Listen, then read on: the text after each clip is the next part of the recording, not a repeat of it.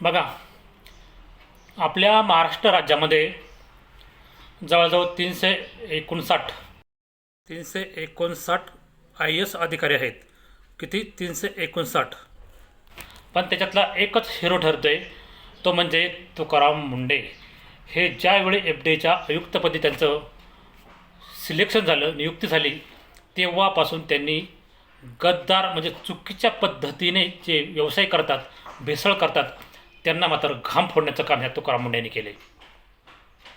आणि असेच सर्व जे अधिकारी आहेत, क्लास 1 अधिकारी, आय ए एस अधिकारी, 359 आय ए एस अधिकारी आहेत. हे काय झोपले आहेत? हे काय करतात आहे की नाही? तर एकट्या तुकाराम मुंढेने एवढा महाराष्ट्रामध्ये आपलं जे धाडसी कर्तृत्व आणि इनामदारी कर्तृत्व ते दाखवून दिलेलं आहे, त्याचा बोध नक्कीच ह्या बाकीच्या अधिकाऱ्यांनी, आय ए एस अधिकारी असो, कुठलेही अधिकारी असो, आय पी एस असो, त्यांनी सर्वांनी यांचा आदर्श घ्यावा असं मी सर्व अधिकाऱ्यांना सांगतो. असं सर्वांनी एकजुटीनं आणि इनामदारीनं कष्ट केलं तर नक्कीच ह्या देशामध्ये, राज्यामध्ये पूर्णतः अराजकता कमी होईल आणि सुरळीत अशी शासन व्यवस्था चालू राहील.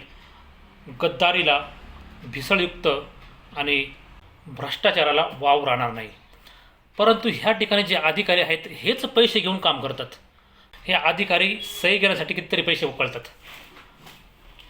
जे आय एस अधिकारी आहेत ना, ते फक्त काही वेळेस लोकांच्या कल्याणासाठी आलेले नसतात. ते फक्त स्वार्थासाठी दारूच्या पार्ट्या, मटणाच्या पार्ट्या, पैसा घेणे आणि स्वतःचं घर भरणे यासाठी आलेले आहेत. परंतु अधिकाऱ्यांनो, तुम्हाला मी सांगतो की हे तुम्हाला नोकरीसाठी जे ठेवलेलं आहे, त्या ठिकाणी तुम्हाला जनतेची सेवा करण्यासाठी ठेवलेलं आहे. तुम्हाला त्याचा मोबदला म्हणजे त्याचा तुम्हाला पगार मिळतो.